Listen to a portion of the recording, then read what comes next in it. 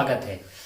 आइए नया लेक्चर शुरू करते हैं। लास्ट टाइम हम बातें कर रहे थे कंस्ट्रेंट मोशन की, जिसमें अपन बातें कर चुके हैं स्ट्रिंग कंस्ट्रेंट के बारे में, खूब सारी स्ट्रिंग कंस्ट्रेंट एंड देन उसके बाद उसका स्पेशल केस पुली ब्लॉक कंस्ट्रेंट के बारे में खूब सारी बातें हमने की थी।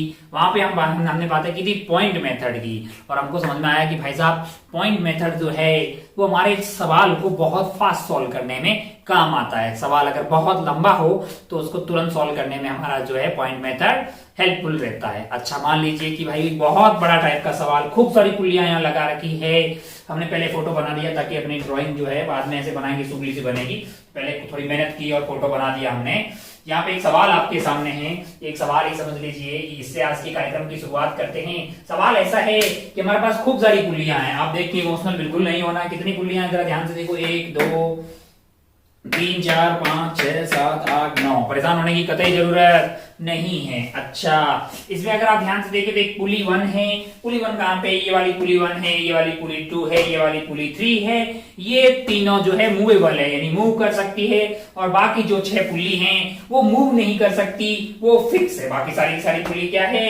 फिक्स है। ये पुली फिक्स है, ये पुली फिक्स है, ये वाली पुली फिक्स है, ये वाली पुली फिक्स है, ये वाली पुली फिक्स है और ये वाली पुली फिक्स है। अच्छा, बहुत बढ़िया भाई साहब, देख के डरने की कतई जरूरत नहीं है। आपके पास 3 ब्लॉक है, एक ब्लॉक ए है, एक ब्लॉक बी है, एक ब्लॉक सी है। इंफॉर्मेशन सवाल में दी हुई है कि सारी पुल्ली जो है वो मासलेस है, फ्रिक्शनलेस है बाय डिफॉल्ट, और धागा जो है वो इनएक्सटेंसिबल एंड मासलेस है। String is massless and inextensible. आपको बोला कि अगर ब्लॉक ए जो है वो ऊपर की तरफ 10 मीटर पर सेकंड की रफ्तार से जा रहा है और ब्लॉक सी जो है वो नीचे की तरफ 4 मीटर पर सेकंड की रफ्तार से जा रहा है, तो बताइए कि आपका जो ब्लॉक बी है उसकी रफ्तार क्या होगी।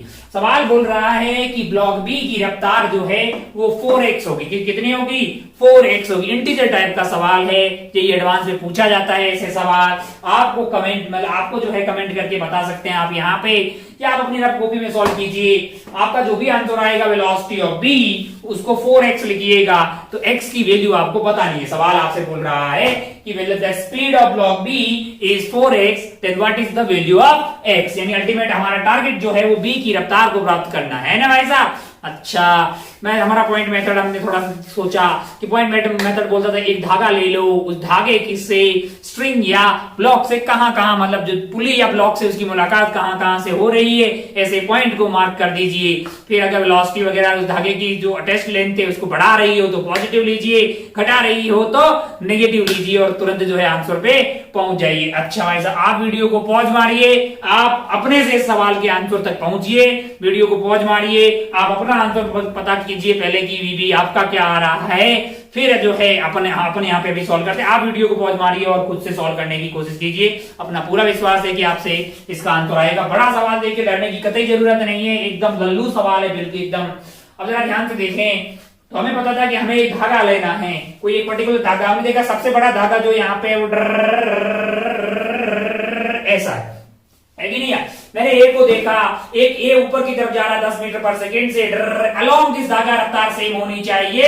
इसका मतलब ये पुली पक्का नीचे की तरफ आ रही है 10 मीटर पर सेकंड से, इसमें कोई दोहराए वाली बात नहीं है। अच्छा, बहुत बढ़िया भाई साहब, बहुत ही शानदार। हो अगर ये सी वाला ब्लॉक 4 मीटर पर सेकंड की रफ्तार से नीचे आ रहा है तो पक्का पुली 3 जो इस धागे से कनेक्टेड है, पुली 3 नीचे की तरफ आ रही होगी। 4 मीटर पर सेकंड से इस पुली 3 को नीचे आना पड़ेगा, क्योंकि अलोंग दिस धागा रफ्तार कोई भी 2 पॉइंट की सेम होनी चाहिए। अच्छा, 2 इंफॉर्मेशन हमें मिल गई, इस पुली की इंफॉर्मेशन मिल गई, इस पुली की इंफॉर्मेशन मिल गई। अब अगर आप ध्यान से देखें तो हमें निकालना है बी के बारे में, है कि नहीं? और धागा हमारा इंटरेस्ट जो है इसमें आ रहा है भाई साहब। तो अगर हम B से पुली 1 की रफ्तार पता कर ले, मैंने कहा माना कि B नीचे की तरफ जा रहा है, किधर जा रहा है? नीचे की तरफ जा रहा है, और माना कि इसकी रफ्तार क्या है? VB है, और पुली 1 की रफ्तार को हमने नीचे मान लिया वेलोसिटी स्पीड ऑफ पुली 1। अच्छा भाई साहब, बहुत बढ़िया, बहुत ही शानदार। अब अगर आप ध्यान से देखें, अगर मैं नीचे को पॉजिटिव ले लूं, नीचे को क्या मान लो? पॉजिटिव। नीचे को अगर मैंने पॉजिटिव मान लिया तो मेरे लिए क्या हो जाएगा? VP1 इजिकल टू, यहाँ का क्या लिख दूं भाई साहब? 0। अच्छा, वैसे ना लिखो आप तो बोलो हर जगह पॉइंट मेथड यूज करो। अरे हम तो क्या कर रहे थे, velocity of pulley is equal to velocity of A plus velocity of B by 2 use कर रहे हैं। खैर कोई बात नहीं, तो हमारा ये वाली स्ट्रिंग ले लेते हैं। कौन सी वाली? ये वाली स्ट्रिंग ले लेते हैं। ये वाली स्ट्रिंग के अलोंग लगाते हैं ये पॉइंट, ये पॉइंट, ये पॉइंट, ये पॉइंट, ताकि हमको जो है किसी तरह से वीपी और वीपी1 की स्पीड में एक रिलेशन मिल जाए, वीपी और 1 एंड पीपी के बीच में मिल जाए। चलिए भाई साहब, ये पॉइंट के लिए लिखेंगे तो आप बोलेंगे 0 लिख दीजिए, आप बोलेंगे कि 0 लिख दीजिए भाई साहब। काइको की ये पॉइंट रुका हुआ है, ये पॉइंट जो है पुली के ऊपर और पुली की रफ्तार हमने नीचे मान ली वीपी1, तो ये वाली लेंथ जो टेस्ट है ये कम हो रही होगी, यानी कि आपका आंसर आ जाएगा माइनस ऑफ वीपी1। अच्छा, और ये वाला पॉइंट पुली के ऊपर है, ये वाली टेस्ट लेंथ कम हो रही होगी, तो आपका आंसर आएगा माइनस ऑफ वीपी1। और अगर आप ध्यान से देखें, ये वाला पॉइंट बी जो है वो इस ब्लॉक के ऊपर है और वो नीचे जा रहा है, ये वाली लेंथ इंक्रीज हो रही होगी, यानी कि आपका आंसर आ जाएगा वीबी इज इक्वल टू 0 होना चाहिए। ये हमने किसके लिए लगाया? ये वाले धागे के लिए। अच्छा है कि नहीं है? अच्छा, ध्यान से देखें तो आपको Vp1 यानी पुली की रफ्तार जो है वो Vp/2 आती हुई दिखाई दे रही होगी। ये डबल हो गया, उधर गया तो ये Vp/2 हो गया। इसका मतलब ये कार्यक्रम है क्या? ये है Vp/2 और पॉजिटिव आ रहा है, यानी कि हमने जो माना है वो सही है, हमने जो माना है वो सही है, मतलब नीचे की डायरेक्शन में ही है। Vp/2 जो है इस पुली की रफ्तार होगी। अब अगर आप ध्यान से देखें तो अब हमारे मन में आया कि सबसे बड़ी वाली जो है, सबसे बड़े वाला जो धागा है उसके अंदर अपन पॉइंट लेना शुरू करते हैं। वो धागा कहां से स्टार्ट हो रहा है? यहां तक आ रहा है ना? अब पहला पॉइंट हमको यहां पे दिखाई दिया तो हमने मार्क कर दिया, दूसरा पॉइंट हमको यहां दिखाई दिया, तीसरा हमको यहां दिखाई दिया, चौथा, पांचवा, अच्छा भाई साहब बहुत बढ़िया, छठवा, सातवा, आठवा, नौवा, है ना, 10वां, 11वां, 12, 13, 14, 15 और ये नीचे ब्लॉक टाइप का ही मान लो कि वो नीचे जा रहा है 16, है ना भाई साहब? हो। आइए लिखते हैं, ये पॉइंट जो है वो नीचे की तरफ आ रहा है क्योंकि वो पुली पे है और पुली की रफ्तार है Vp/2 नीचे। ये वाली लेंथ को बढ़ाएगा कि घटाएगा? कोई भी बोल देगा कि बढ़ाएगा, तो मैंने लिखा प्लस का Vp/2। क्या लिखा? प्लस का Vp/2। अब ये पुली रुकी हुई है तो 0 0 0 0, तो इसलिए मैं लिख नहीं रहा हूं, है ना, 4 0 आए होंगे, 0 0 0 0। अच्छा, ये वाला जो पॉइंट है वो रुका हुआ नहीं है क्योंकि पुली 2 जो है वो मूवेबल है, तो ये पॉइंट नीचे आ रहा होगा। ये वाली लेंथ को कम कर रहा होगा, 10 लिखो कि -10 लिखो, तो खुद ही बोलेगा -10 लिखो। सिमिलरली इस पॉइंट के लिए ये पॉइंट नीचे आ रहा होगा, ये वाली लेंथ कम हो रही होगी, तो 2 -10 आ जाएंगे, -10। अच्छा, फिर आप ये पॉइंट के लिए 0 और 0 क्योंकि ये पुली रुकी हुई है, 0 0 पुली रुकी हुई है। ये पॉइंट पे आ जाइए भाई साहब, हो ये पॉइंट की रफ्तार होगी 4 मीटर पर सेकंड नीचे की तरफ, तो ये वाली लेंथ को बढ़ा रहा होगा। सिमिलरली ये वाला पॉइंट ये वाली लेंथ को बढ़ा रहा होगा, +4 2 पॉइंट के लिए हो गया +4। अच्छा, बहुत बढ़िया भाई साहब, बहुत ही शानदार। हो अगले पॉइंट पे पहुंच गए, यहाँ पे ये रुका हुआ है, ये वाला पॉइंट जो है वो रुका हुआ है, ये वाला पॉइंट जो है यहाँ पे आप मास मान सकते हैं और वो नीचे की तरफ जा रहा है 2 मीटर पर सेकंड से, तो ये वाली लेंथ को बढ़ा रहा है, ये वाली लेंथ को बढ़ा रहा है। तो क्या लिखेंगे आपको लिखना पड़ेगा प्लस का 2 क्योंकि बढ़ा रहा है। इजिकल टू क्या होना चाहिए भाई साहब? इजिकल टू 0 होना चाहिए। अब आप ध्यान से देखें तो ये हो गया -20 और ये हो गया 10, ये -20 और 10 हो गया आपका -10, यानी कि Vp/2 है ना, ये आपका मतलब जो सलट गया इतना, इजिकल टू आ गया है 10, तो यहां से Vp की वैल्यू आ गई है 20। ओहो, सवाल में हमें बोला है कि Vp तो 4x है, Vp क्या है? 4x है, तो Vp अगर 4x है तो इसका मतलब x क्या है? x is basically 20 divided by 4 that is 5, तो आपका आंसर होगा 5। इंटीजर टाइप में आपको आंसर जो है 5 मिल करके आगे बढ़ना चाहिए था इसमें। अच्छा भाई साहब, बहुत बढ़िया। अगर आपका 5 आंसर आया है तो आप अपनी पीठ को खुद ही थपथपा लें। अच्छा, बहुत बढ़िया भाई साहब, बहुत ही शानदार। हो आगे बढ़ते हैं, कुछ और सवाल अपन देखते हैं, है ना। चलिए भाई साहब, खूब सारा स्ट्रिंग कंस्ट्रेंट हमने पढ़ा है, तो उसमें खूब सारे सवाल अपने को देखने चाहिए।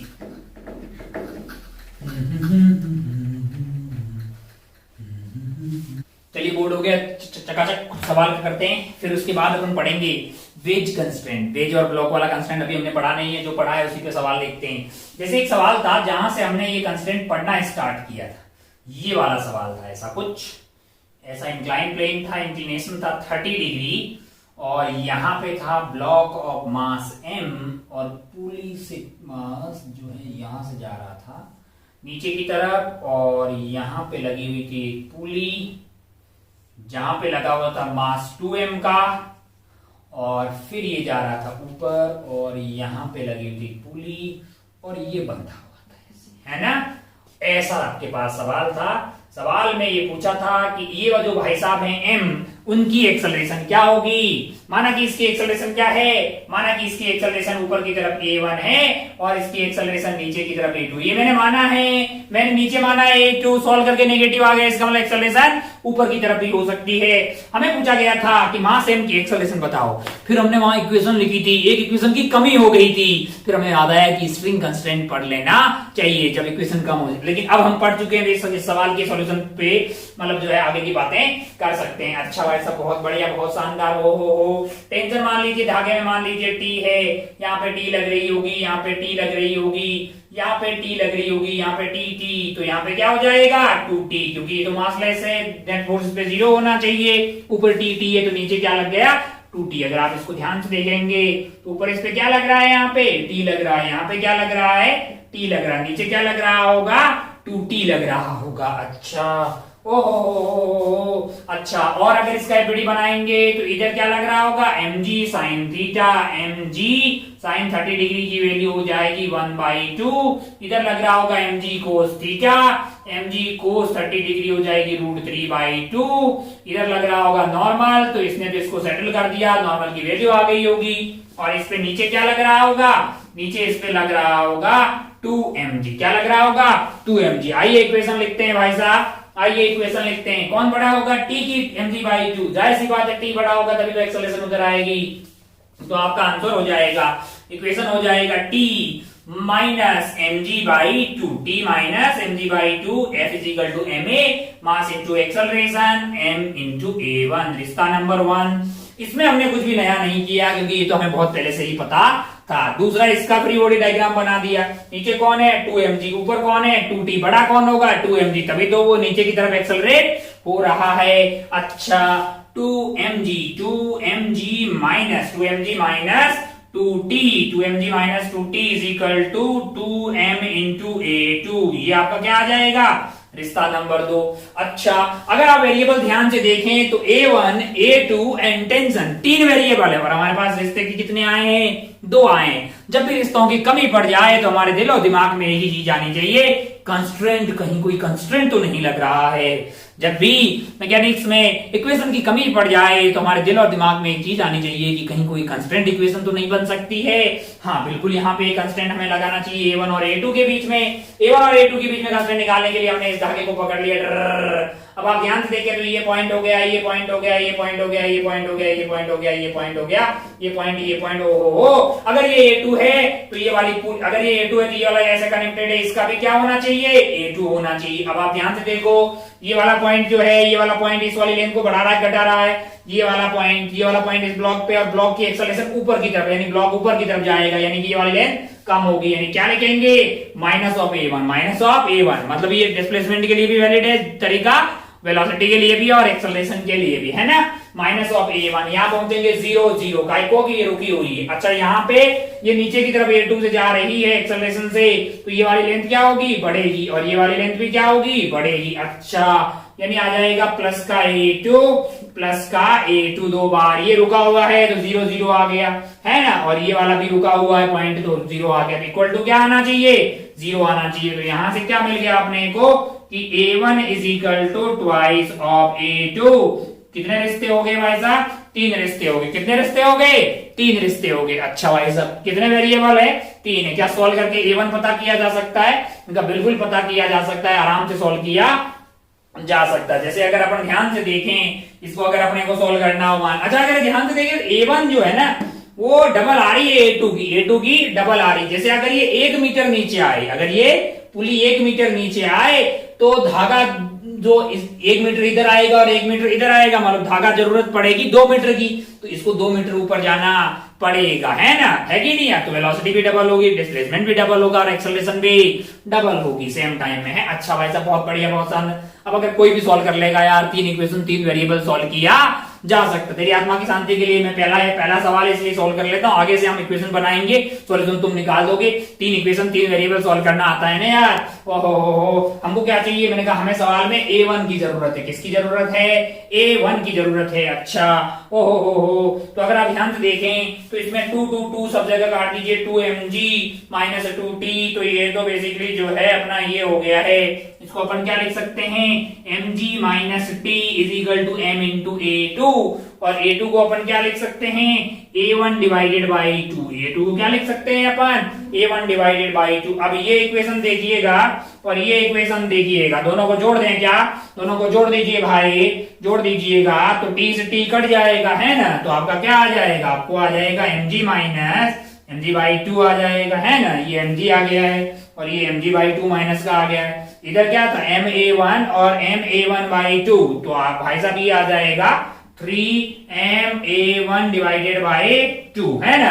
तो अब आप इसको सॉल्व कर ही लोगे भाई। mg minus b mg by 2 आया, ये क्या आया? mg बाई 2 आ गया है, और ये 3ma1 डिवाइडेड बाई 2 आ गया। 2 से 2 कट गया है जी, m से m कट गया। a1 की वैल्यू आ रही है g बटा 3, मतलब पॉजिटिव आ रही है, मतलब जो डायरेक्शन हमने मानी है वो ठीक है, मतलब इसका एक्सेलरेशन ऊपर की तरफ अलोंग द इंक्लाइन होगा g बटा 3 मीटर पर सेकेंड स्क्वायर, है कि नहीं यार? अब कोई बोले a2 बताओ बे, a2 बताओ, तो वो तो a1 बाई 2 आएगा ना। a2 is basically a2 is equal to a1 by 2, तो इसको 2 से डिवाइड कर दीजिए, यानी कि ये वाला कि कितना हो जाएगा? g बाई 6 मीटर पर सेकेंड स्क्वायर, है ना? a2 is equal to a1 by 2, तो a1 की वैल्यू आ रही है g बाई 3, फिर से 2 से डिवाइड कर दीजिए, g बाई 6 मीटर पर सेकेंड स्क्वायर। बहुत बढ़िया, बहुत ही शानदार, हो खूबसूरत। आगे बढ़ते हैं, आगे बढ़ते हैं, सवालों की झड़ी लगा देते हैं। मतलब ऐसे खूब सारे सवाल होंगे। मैंने A1 को माना, मैंने A2 को माना, मैंने ऐसे माना कि वो नीचे की तरफ है, और वो सॉल्व करके पॉजिटिव आया तो ठीक है भाई, और नेगेटिव आ गया तो उसकी अपोजिट डायरेक्शन में कर लियो। जैसे यही वाली वैल्यू अगर सॉल्व करके आती माइनस g बाई 3, तो इसका मतलब वो उधर नहीं होता, इधर होता। अच्छा, बहुत बढ़िया भाई साहब, बहुत ही शानदार। हो आओ सवालों का झड़ी लगाते हैं। आइए सवालों की झड़ी लगाते हैं। मान लीजिए कि हमारे पास एक पुली है, मान लीजिए कि हमारे पास एक पुली है। ओ ला ला ला ला, कैसे क्या करें?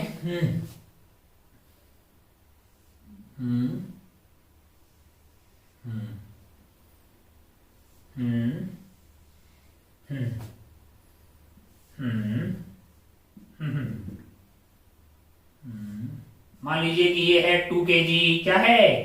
2 kg, और ये वाला आइटम भी है, मान लीजिए कि क्या है? 2 kg। दोनों के एक्सेलरेशन बताओ, धागों में टेंशन बताओ। 2 kg एक्सेलरेशन बताओ, धागों में टेंशन वगैरह सब बताओ, सब बता दो भाई साहब। बोर्ड साफ करते हैं, तब तक आप तुरंत बता दीजिए।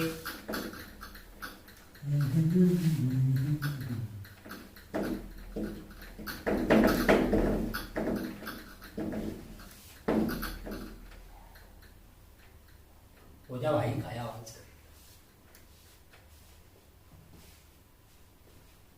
चलिए तुरंत बताएं। 2 kg ओहो, मान लीजिए कि इसका एक्सेलरेशन A1 है। क्या क्या पूछा जा सकता है? तो एक्सेलरेशन पूछ लेगा, टेंशन पूछ लेगा, और क्या पूछेगा? माना कि इसका एक्सेलरेशन A1 है, माना कि इसका भी मैंने नीचे मान लिया माई लाइफ माई रूल्स, है ना? अच्छा भाई साहब, बहुत बढ़िया। यहाँ का टेंशन मैंने T मान लिया, यहाँ का T मान लिया, तो यहाँ का क्या हो जाएगा? ये तो T रहेगा, यहाँ का फिर 2T हो जाएगा, है ना? तो यहाँ का 2T हो जाएगा। अच्छा, यहाँ का T मान लिया होते तो यहाँ का T बाई 2 हो जाता है ना, और ये 2T हो गया 4T, तो यहाँ का टेंशन क्या होगा? 4T हो जाएगा। बहुत बढ़िया भाई साहब। अब आप ध्यान से देखो, अब अगर आप ध्यान से देखो तो एक इक्वेशन आप डायरेक्टली लिख सकते हैं। कौन सी? मैंने कहा नीचे लग रहा होगा 20, ऊपर T होगा। बड़ा कौन होगा? जाहिर सी बात है 20 बड़ा होगा, तभी तो एक्सेलरेशन उधर आई है, यानी 20 minus T is equal to 2 into A1। Equation number 1 आ गया ना भाई, है कि नहीं यार? अच्छा, दूसरा इक्वेशन इसके लिए लिख सकते हो, 20 बड़ा हुआ है तो 20 माइनस, तभी तो मैंने नीचे माना है एक्सेलरेशन को। अबे तू बोलेगा मैं ऊपर मानूंगा, अबे मान ले यार, फिर उस वाले केस में 2T माइनस 20 लिखना। इधर एक्सेलरेशन तुम मान रहे हो, उधर की तरफ भी तो नेट फोर्स होना चाहिए ना। अच्छा, 20 minus 2T is equal to 2 into A2, ये मेरा रिश्ता नंबर 2 आ गया। अब आप ध्यान से देखो तो A1 A2 और T2 है, तीन अननोन है, हमारे पास रिश्ते दो ही है। हम जानते हैं कि जब भी रिश्तों की कमी आती है तो हम लोग क्या यूज करते हैं, कंस्ट्रेंट यूज करते हैं भाई साहब। ओहो, तो अगर आप ध्यान से देखिए इसका एक्सेलरेशन A1 है और ये वाले का 0 हो गया है, तो इसका तुरंत बता दीजिए। हालांकि इस वाले केस में बहुत फास्ट है, बता velocity of pulley is equal to velocity of A plus velocity of B divided by 2। वैसे ही आपका acceleration of pulley is equal to acceleration of A plus acceleration of B divided by 2 है कि नहीं यार। Acceleration of A 0, acceleration of B is A1 divided by 2, तो इसका acceleration इधर की तरफ क्या हो जाएगा, इसका एक्सेलरेशन हो जाएगा A1 बाय 2 का। हालांकि आप पॉइंट मेथड से भी निकाल सकते हैं, है ना। अच्छा, ये 0 प्लस A1 डिवाइडेड बाय 2 हो गया। अच्छा, ये आ गया A1 बाय 2। अब आप ध्यान से देखें, ध्यान से आप देखें, भले पॉइंट यूज कर लीजिए यहाँ पे, ये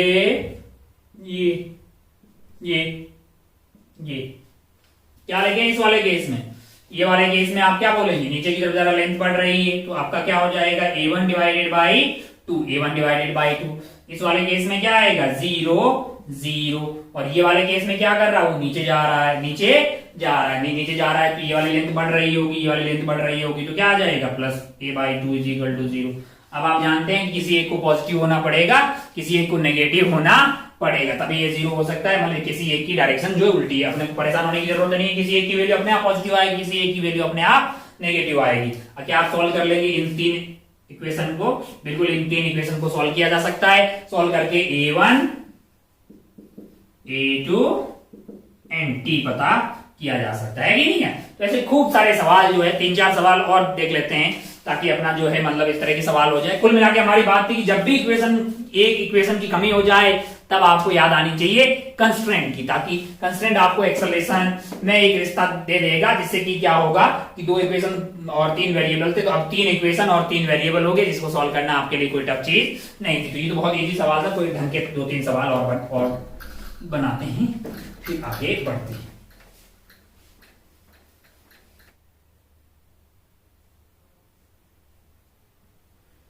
चलिए, तो हमने क्या किया है, टोटल 4 1 2 3 4 सवाल लिखती हैं ताकि सवाल लिखने का टाइम अपना सेव हो जाए। हर एक में अपने को इक्वेशन ही बनानी, क्या क्या पूछा जा सकता है वो आपको पूछा जा सकता है, धागे में टेंशन और एक्सेलरेशन, है ना। तो यहाँ पे मतलब क्या सवाल बनाया जा सकता है, 10 kg का एक्सेलरेशन, 2 kg का एक्सेलरेशन, 4 kg का एक्सेलरेशन, या फिर यहाँ पे टेंशन, यहाँ की टेंशन, या फिर यहाँ की टेंशन, और क्या पूछ लेगा भाई इसमें, इसका एक्सेलरेशन, यहाँ पे भी टेंशन बता दो, यहाँ पे टेंशन बता दो, दैट्स ऑल। मतलब हर तरीके में यही चीजें पूछी जा सकती है। तो हमारा टारगेट है कि इक्वेशन कैसे बनानी है, जैसे इक्वेशन बना देंगे, सॉल्व करना सबको आता है यार, 10th लेवल का मैथमेटिक्स है। मान लो कि इसका एक्सेलरेशन है A1, मान लो कि इसका एक्सेलरेशन क्या है A1, और इसका एक्सेलरेशन क्या है, इसका ऊपर मान लेते हैं A2, मैं मान रहा हूं, सॉल्व करके नेगेटिव आ गया जो माना उसका, और नीचे मान लेता हूं इसका A3। मैं इसका ऊपर भी मान सकता था, ऐसा कुछ नहीं है ना। अच्छा भाई साहब, बहुत बढ़िया। अब मेरे पास A1 A2 A3 3 वेरिएबल तो ऐसे ही आ गए हैं ना, ध्यान रखना। अच्छा भाई साहब, बहुत बढ़िया। और यहाँ पे अगर मान लिया कि मैंने टेंशन क्या है, T है, यहाँ पे टेंशन T है, यहाँ पे टेंशन T है, T है, तो यहाँ पे हो गया टेंशन 2T, कितना हो जाएगा 2T। अच्छा भाई साहब, बहुत बढ़िया, बहुत ही शानदार, बहुत ही खूबसूरत। ओहो। अब आप ध्यान से देखें तो हमारे इस पर्टिकुलर सवाल में वेरिएबल हो गए A1 A2 A3 और टेंशन। कितने वेरिएबल हैं, 1 2 3 और 4। तो इक्वेशन कितनी चाहिए होगी, 4। तो बड़ी आसानी से 3 तो ब्लॉक की एपीडी बना दो, वहीं से आ जाएगी, और चौथी कहां से आएगी, कंस्ट्रेंट से आ जाएगी, बात ही खत्म, है ना। अच्छा, अगर आप ध्यान से देखें तो मैं इसके लिए लिख रहा हूं भाई साहब, इसके ऊपर नीचे की तरफ क्या लग रहा होगा, 100 लग रहा होगा कि नहीं लग रहा होगा, है कि नहीं यार। लेकिन ऊपर की तरफ 2T लग रहा होगा, ऊपर की तरफ क्या लग रहा होगा, ये धागे के अंदर 2T। कौन बड़ा होना चाहिए, मेरा मकसद 4 इक्वेशन में लिखना है बस, बाकी सॉल्व कर लेगा तू, मेरे को पता है। 2T minus 100 is equal to mass into acceleration. उम्मीद है कि तेरे भेजे में ये बात उतरी होगी। नेट फोर्स ऊपर की तरफ का, क्योंकि मैंने एक्सेलरेशन ऊपर मानी है, नेट फोर्स ऊपर होना चाहिए, मतलब बड़ा होना चाहिए। 2T minus 100 is equal to 10 into A1, पहला इक्वेशन। दूसरा इक्वेशन रहेगा, दूसरा इस वाले ब्लॉक से लिख ले आप। इस वाले ब्लॉक में नीचे 20 लग रहा होगा, आपने एक्सेलरेशन ऊपर लिए, इसका मतलब T बड़ा होना चाहिए, इसका मतलब T minus 20 must be equal to 2 into A2, है कि नहीं भाई साहब। ये आ गया आपके पास इक्वेशन नंबर 2। अच्छा, इक्वेशन नंबर 3 कहां से लाओगे, मैंने कहा 3 इसकी एपीडी से ले आओ। ये 4 kg है तो नीचे क्या लग रहा होगा, 40 लग रहा होगा, एक्सेलरेशन नीचे है तो 40 बड़ा होना चाहिए। यानी 40 minus T must be equal to 4 into A3 की कितने इक्वेशन हो गए भाई साहब? 3। एक और इक्वेशन की जरूरत है तो कंस्ट्रेंट यूज कर लीजिए। अगर इसका एक्सेलरेशन A1 है तो क्या ये वाली पुली का नीचे एक्सेलरेशन क्या होगा? A1 ही होगा, A1 ही होगा। अब आप ध्यान से देखें, अब अगर आप ध्यान से देखें, अपने को लाल पेन देखिए, यहां पे लगा दीजिए पॉइंट मेजर, टिचुक टिचुक टिचुक टिचुक।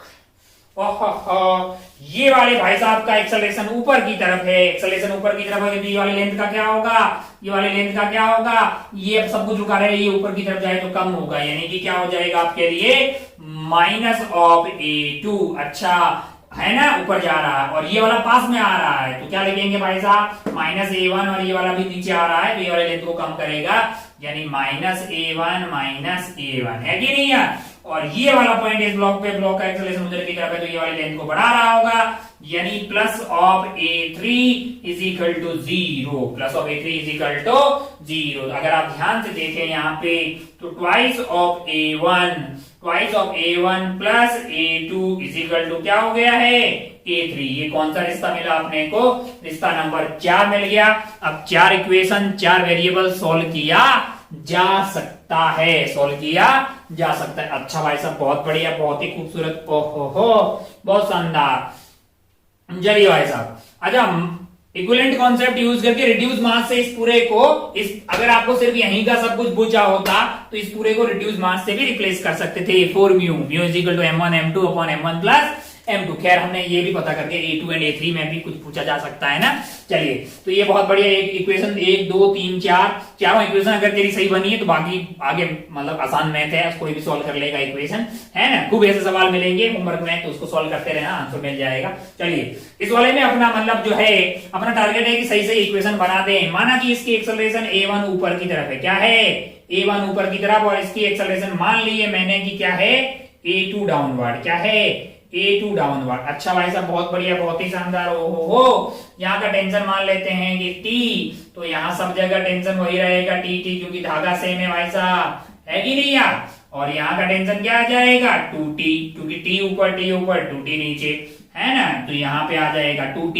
अच्छा, ये T है तो यहाँ पे क्या हो जाएगा? ऊपर ऊपर सब लोग 2T रहेगा, इसमें 2T रहेगा, इसमें T रहेगा, है ना। अच्छा भाई साहब, बहुत बढ़िया। अच्छा, कितने वेरिएबल हुए यहां से ध्यान से देखो? A1 A2 और T, 3 वेरिएबल हुए। इक्वेशन कितनी चाहिए होगी? 3 चाहिए होगी। बहुत ही आसान है जी। पहला इसका इक्वेशन बना लो। नीचे की तरफ mg लग रहा होगा 10, और ऊपर की तरफ आपके पास क्या है? टेंशन है, तो कौन बड़ा होना चाहिए? टेंशन बड़ा होना चाहिए। Tension minus 10 must be equal to 1 into A1। रिश्ता नंबर 1 आ गया। सेकंड रिश्ता, इसका फ्री बॉडी डायग्राम बना दो। नीचे इस पे क्या लग रहा होगा? 40 लग रहा होगा। एक्सेलरेशन नीचे है तो 40 बड़ा होना चाहिए, इसका मतलब 40, और ऊपर 2T।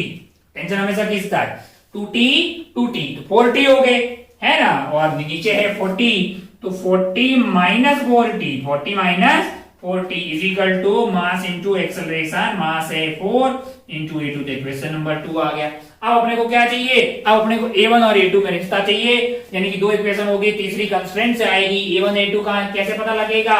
अच्छा, अगर आप ध्यान से देखें, इसका एक्सेलरेशन अगर A2 है तो क्या ये पुली जो है, ये वाली पुली, रेड का आगे थोड़ा अलग करते हैं, इसका अगर A2 है तो क्या इस पुली का एक्सेलरेशन A2 होगा? मैंने कहा होगा भाई साहब। क्यों? क्योंकि ये इस धागे के अलोंग है, और इसका एक्सेलरेशन भी क्या होगा? A2। अब अपन क्या करेंगे? मैंने कहा टिक चुक एक धागा ले लिया भाई साहब हमने।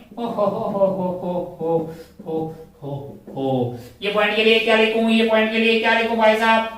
इसकी एक्सेलरेशन ऊपर की तरफ है तो क्या ये वाली लेंथ को कम कर रहा होगा? मैंने कहा हाँ जी, तो क्या लिखा जाए? Minus A1। ये आप समझते रहे, मतलब बहुत इजी है भाई। ये माइनस A1 हो गया। 0 कोई दिक्कत ही नहीं है, मतलब यहाँ आ गए। अब ये देखो धागा अटैच ये वाला है। अच्छा, ये क्यों नहीं ले रहे? अबे हमारा अंडर मतलब एक ही धागा लेके बात कर रहे हैं, ये धागा ले रहे हैं, इसका तो कोई रोल नहीं है अभी। इसकी रोल मतलब इसकी लेंथ जो है वो इंक्रीज हो रही होगी, तो क्या करेंगे? A2 को प्लस का A2 लिखेंगे। ओहो। सिमिलरली अगर ये वाले पॉइंट की देखें तो उसकी भी एक्सेलरेशन होगी A2, और वो ये वाली लेंथ को बढ़ा रहा होगा, यानी कि क्या लिखेंगे आप? प्लस का A2, और यहाँ पे हो जाएगा 0, यहाँ पे हो जाएगा आपका 0। अच्छा, फिर से आ जाओ, यहाँ पे क्या आ जाएगा आपके पास? प्लस का A2, प्लस का A2 का को कि नीचे जा रहा है, और ये भी मतलब जो नीचे जा रहा है ये वाली लाइन को बढ़ा रहा होगा, तो प्लस का A2 है ना, और यहाँ पे आएगा 0, तो इक्वल टू 0 कर, मतलब ये तो वैसे 0 हो गया और टोटल जो है अपना 0 होना चाहिए। अच्छा, तो अगर आप ध्यान से देखें तो आपके पास जो A1 है वो आ रही है 4 टाइम ऑफ A2। A1 क्या आ रही है? 4 टाइम ऑफ A2। कौन सा रिश्ता हो गया भाई साहब? ये थर्ड वाला रिश्ते हो गए। टोटल 3 रिलेशन है हमारे पास, इक्वेशन 1, इक्वेशन 2 एंड इक्वेशन 3, और वेरिएबल क्या है? A1, A2 and tension. क्या सॉल्व किया जा सकता है? क्या इस तरह के तमाम क्वेश्चन सॉल्व किए जा सकते हैं? बहुत ज्यादा तो नहीं लग रहा है तेरे को? ऐसे परेशान नहीं होने का है ना, आराम से देखो इसको, ठीक है। थोड़ा क्वालिटी वीडियो की अच्छी करके देखना ताकि चीजें अच्छे से दिखाई दे। हमने थोड़े ज्यादा सवाल ले लिए हैं, एक आध मतलब जो है ज्यादा देखने से क्या होता है ना कि चीजें इजी लगने लग जाती है ना, फिर एक सवाल लें उसको जूम करके आधे घंटे तक बताते रहें, उससे बढ़िया कि ज्यादा सवाल सोल्व करें। अच्छा, ये वाला सवाल देखिए, यहाँ पे क्या किया गया है?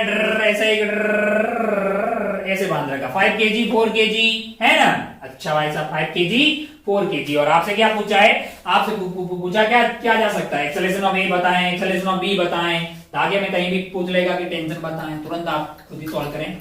तो थोड़ा बोर्ड साफ कर लेते हैं।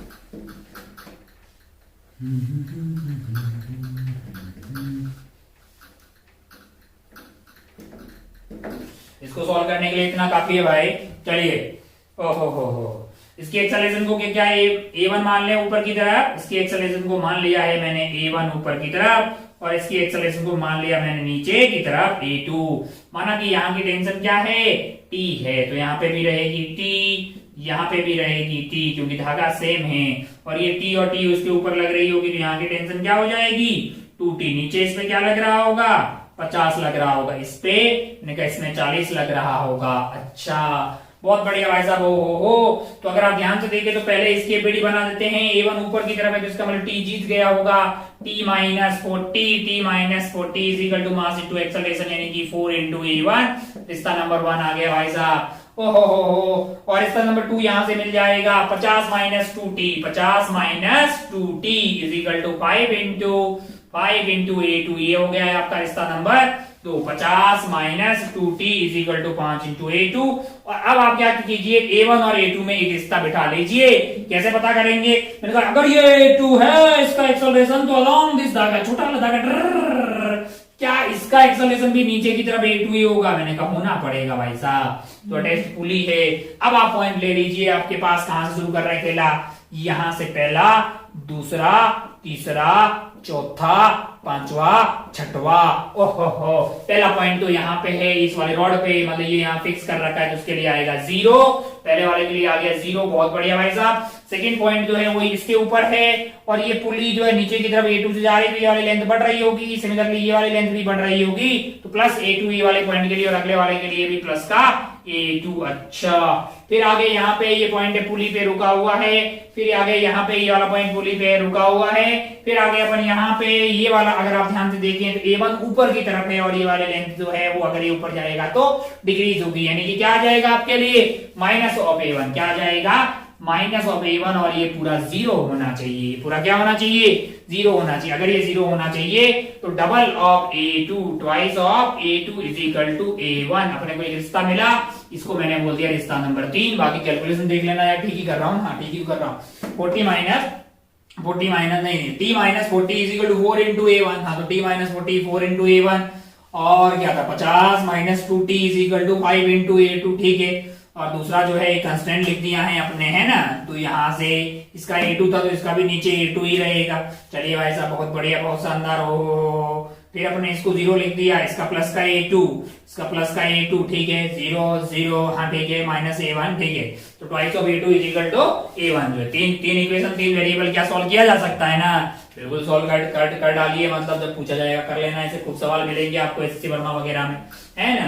अरे ठीक है भाई साहब, आगे बढ़ते हैं, उसको देख लेते हैं आगे वाले को, फिर कुछ काम की बातें करते हैं। खूब सवाल हो गए ऐसे। ओहो, ये तो आथू बहुत ज्यादा आसान है, जब लेफ्ट में लिखा लास्ट में रह गया। चलिए, 5 kg 2 kg। ओहो, चलो ध्यान से देखें, किधर मान लें एक्सेलरेशन? मान लो इसकी A1 है नीचे की तरफ, और इसकी एक्सेलरेशन इधर मान लेते हैं A2। अपने को क्या है यार? और टेंशन मान लीजिए कि यहाँ की T मानोगे तो यहाँ की T/2 हो जाएगी, तो बेटर है कि यहाँ की मान लेते हैं T।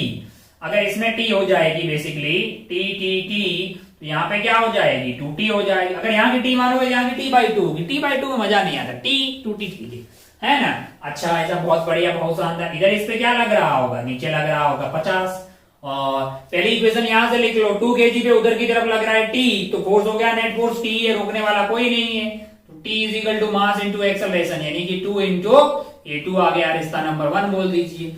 यहां पे लिखिए भाई साहब कौन बड़ा होगा, 50 की 2t, जाहिर सी बात है 50 बड़ा होगा तभी ना वो उधर जा रहा है, एक्सेलरेट हो रहा है, तो 50 minus 2t is equal to 5a1, रिश्ता कौन सा हो गया ये सेकंड वाला। एक और रिश्ते की दरकार है, तुरंत आप बता दोगे वाह वाह वाह वाह ये a1 है तो लॉन्ग दिस धागा इसका भी एक्सेलरेशन सेम होना चाहिए वरना धागा टूट जाएगा, है कि नहीं यार। अच्छा और तुझे तो बताया था वेलोसिटी सेम होना चाहिए। अरे भाई इनफैक्ट वहां पे अलोंग द स्ट्रिंग किन्हीं भी दो बिंदुओं का डिस्प्लेसमेंट सेम होना चाहिए, तो उसको डिफरेंशिएट किया तो वेलोसिटी सेम होना चाहिए, उसको डिफरेंशिएट किया तो एक्सेलरेशन सेम होना चाहिए, अन्यथा धागा टूट जाएगा। अच्छा ये a1 होगा तो इसका एक्सेलरेशन भी नीचे की तरफ a1 हो गया है।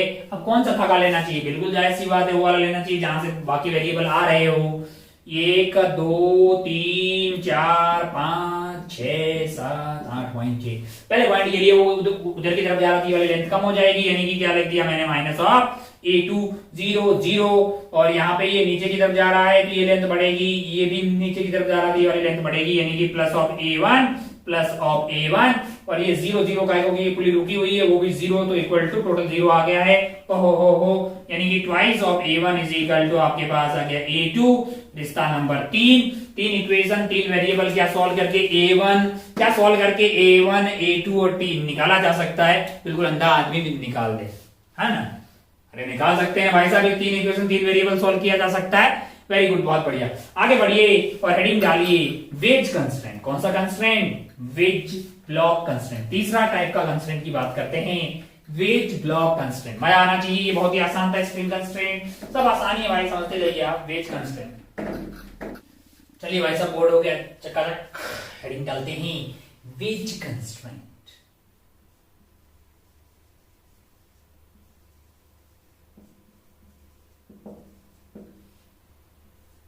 जरा ध्यान से देखें, बहुत ही इंपॉर्टेंट है, खूब सारे अच्छे सवाल आते हैं, जरा ध्यान से देखें।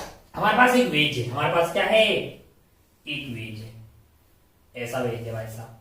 चलिए समझ में आ गया कि आपको एक इंक्लाइन सरफेस है, मान लो कि एंगल क्या है थीटा है, और वो एक सरफेस पे रखा हुआ है, बहुत बढ़िया भाई साहब, बहुत ही शानदार, अभी आपको समझ में आ जाएगा। और इसके ऊपर एक आइटम रखा हुआ है, जो आइटम कैसा है, है ना, और साइड में मान लो कि गाइड्स लगे हुए हैं ऐसे, इससे क्या होगा कि वो इधर उधर गिर नहीं सकता, ये किधर मूव कर सकता है, सिर्फ वर्टिकल में मूव कर सकता है, ठीक है ना। मान लो कि ये नीचे आ रहा है, ये ए बोलते थे नाम इसका बी बोल देते है ना। मान लो कि ये नीचे आ रहा है v1 रफ्तार से, कौन सी रफ्तार से, v1 रफ्तार से नीचे आ रहा है, ठीक है। आप बताइए कि b वाला जो ब्लॉक है, जो वेज है, वो किधर की तरफ जा रहा होगा। ऑब्वियसली आप बोलेंगे कि लेफ्ट की तरफ जा रहा होगा, कहीं पे कोई यहां पे कोई फ्रिक्शन वगैरह नहीं है, मतलब ऐसा, तो ये इधर की तरफ जा रहा होगा, इधर की तरफ, लेफ्ट की तरफ, और रफ्तार क्या होगी, रफ्तार हो गई है v2, और ये ऊपर वाला आइटम नीचे की तरफ आ रहा है, इसकी रफ्तार है v1, और ये आइटम उधर की तरफ जा रहा है, रफ्तार है v2। अच्छा मतलब v1 v2 में रिश्ता बिठाना है, मैंने कहा। आप कुछ ऐसा समझिए कि भाई साहब अपने पास ये जो ब्लॉक है, एक ब्लॉक और एक वेज का माहौल बना लेते हैं अपन। ऐसा मान लीजिए कि इस तरह का ये आपका वेज हो गया, और ऊपर से ये जो आइटम है इसकी सरफेस वैसे ऐसी नहीं है, मतलब सरफेस इस तरह से कि ये जो है नीचे की तरफ आ रहा है, तो ये आइटम इधर की तरफ जाएगा, है ना, ये नीचे की तरफ ऐसे ऐसे आता जाएगा, तो ये आपका वेज जो है ऐसे रखा हुआ डर ऐसे। अब ये आइटम नीचे की तरफ आ रहा है, तो ये धीरे धीरे धीरे धीरे धीरे धीरे धीरे धीरे धीरे धीरे धीरे धीरे धीरे लेफ्ट में जा रहा है। तो ये जो नीचे आ रहा है इसकी रफ्तार मान लीजिए कि क्या है, v1 है, इसकी रफ्तार क्या है, v1 है, तो ये b वाले भाई साहब जो लेफ्ट में जा रहे हैं, इनकी रफ्तार क्या होगी, ताकि इन दोनों सरफेस के बीच में यहाँ पे कांटेक्ट बरकरार रहे, ताकि इन दोनों सरफेस, दोनों की जो कॉमन कांटेक्ट सरफेस है वहां पे कांटेक्ट बरकरार रहे। अच्छा बहुत बढ़िया भाई साहब, बहुत ही शानदार। हमको एक बात समझ में आ रही है कि यार यहां पे एक नॉर्मल डालते हैं और फिर थोड़ा देखते हैं कि दो सरफेस है अपने पास, एक इधर की तरफ ये है इस कॉमन सरफेस के ऊपर की तरफ ये ऐसा आइटम है, और नीचे की तरफ इधर की तरफ एक सरफेस जा रही है। मैंने क्या किया, इस पे एक परपेंडिकुलर डाला, इस परपेंडिकुलर के अलोंग मान लीजिए कि ये कुछ एक्स चला। कौन सा वाला? ये वाला। इधर की तरफ क्या क्या चला? कुछ चला। क्या उतना ही इसको चलना पड़ेगा? मान लीजिए कि ये एक्स चला और ये वाई चला। कौन किसके अलोंग? Common surface. ये जो कॉमन सरफेस थी इनकी, यानी जो कॉमन सरफेस है यहां पे, इसके ऊपर एक परपेंडिकुलर डाला और उसके अलोंग मान लीजिए कि 1 वाला x चला और 2 वाला y चला। यानी ये जो है इधर की तरफ x गया और ये गया इधर की तरफ y। एक x गया और एक क्या गया है? y गया है। अच्छा भाई साहब, बहुत बढ़िया। क्या ये x और y के बारे में कुछ बोल पाएंगे? मैंने कहा अगर आपको कॉन्टेक्ट बरकरार रखना है तो x को y के बराबर होना पड़ेगा। मैंने कहा क्यों? मैंने कहा अगर ऐसा हो कि x y से बड़ा हो, यानी कि क्या होगा, ऊपर वाला ब्लॉक आपका नीचे वाले ब्लॉक से ज्यादा इधर चलेगा तो नीचे वाले के अंदर घुस जाएगा, जो कि टेक्निकली पॉसिबल नहीं है। अरे अगर ये इसकी वेलोसिटी का ये वाला कंपोनेंट नॉर्मल के अलोंग अगर इसके कंपोनेंट से भी ज्यादा हुआ तो फिर भाई साहब ये जो ऊपर वाला है इसके अंदर गुजर जाएगा, जो कि पॉसिबल नहीं है। इसका मतलब ये नहीं हो सकता। तो क्या ऐसा नहीं हो सकता कि भाई x कम हो जाए y से? अगर मान लीजिए कि 1 सेकंड में ये 1 सेंटीमीटर चले और ये इस डायरेक्शन के अलोंग 2 सेंटीमीटर चले, बीच में गैप पैदा हो जाएगा, जो कि पॉसिबल नहीं है, क्योंकि इसको तो उधर की तरफ मजबूर भी कौन कर रहा है? यहाँ का नॉर्मल ही लग रहा होगा, और गैप पैदा हो गया तो नॉर्मल लगने वाला नहीं है। सरफेस के बीच में कॉन्टेक्ट तो रहेगा। अच्छा, तब आप समझ गए कि जितना डिस्प्लेसमेंट इस कॉमन सरफेस पे, कौन सी सरफेस? कॉमन सरफेस के ऊपर 1 का होगा, उतना ही क्या होना चाहिए? 2 का होना चाहिए। और उसको डिफरेंशिएट कर लें तो कॉमन नॉर्मल जो है कॉन्टेक्ट सरफेस की, जो कॉमन कॉन्टेक्ट सरफेस है उसकी नॉर्मल के अलोंग दोनों का डिस्प्लेसमेंट सेम होना चाहिए। टाइम के साथ डिफरेंशिएट करेंगे तो दोनों की वेलोसिटी सेम होनी चाहिए, फिर से डिफरेंशिएट करेंगे तो दोनों के एक्सेलरेशन सेम होने चाहिए। आसान भाषा में बस इतना ही है वेज कंस्ट्रेंट।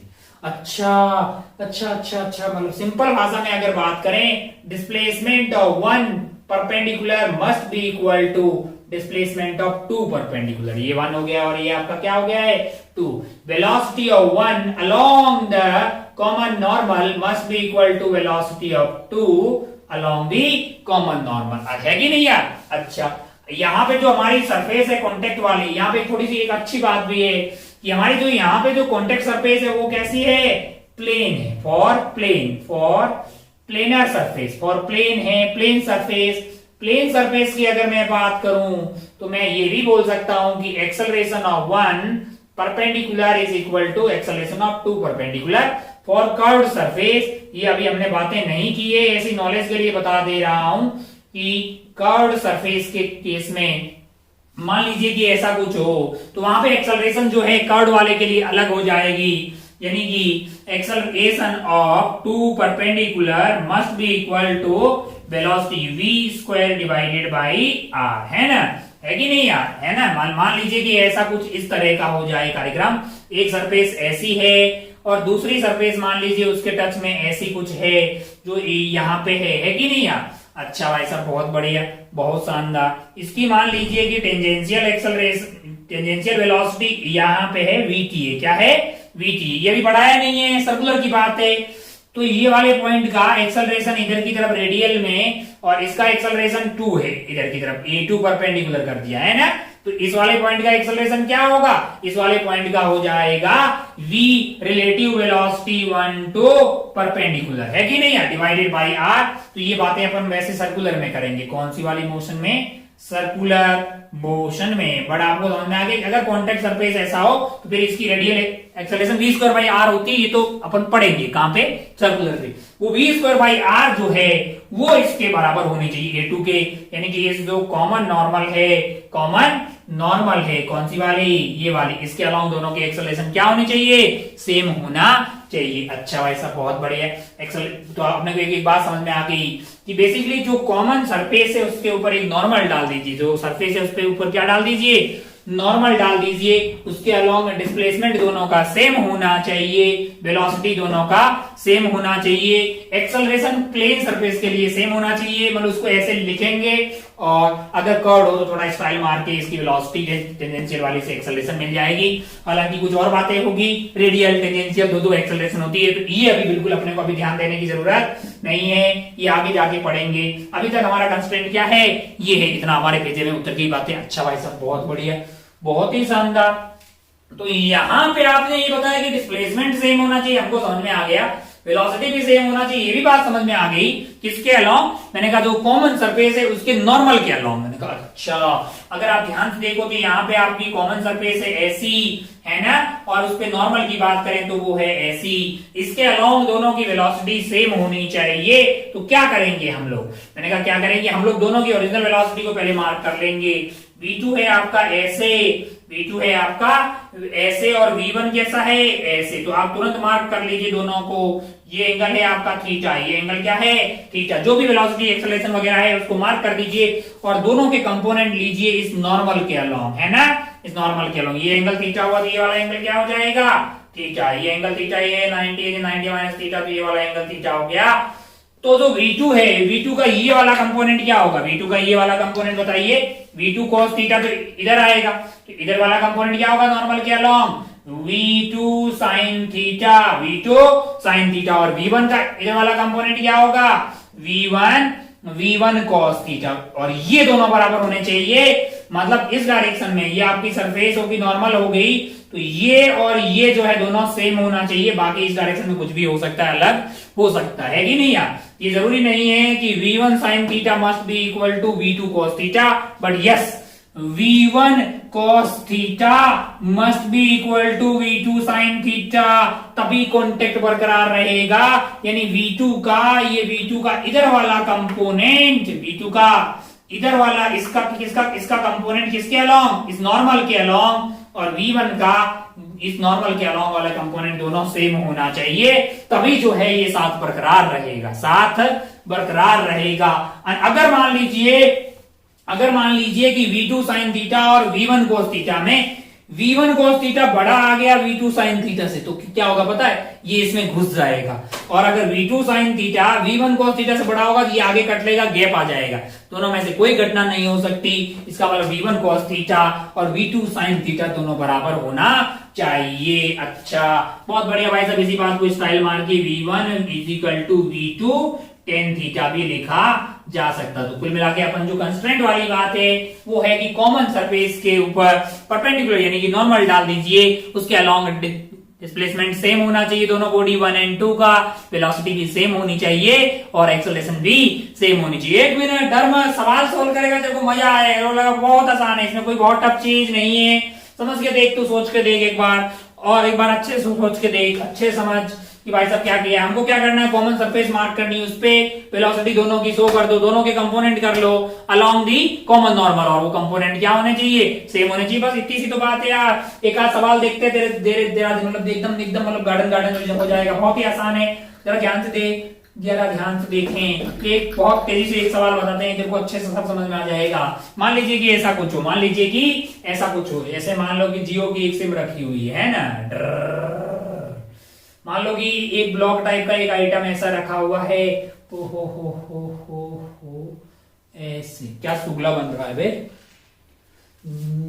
सीधा हो ना। मान लीजिए कि एक ऐसा आइटम रखा हुआ है, कैसे रखा हुआ है? ऐसे रखा हुआ एक सिम टाइप का आइटम है।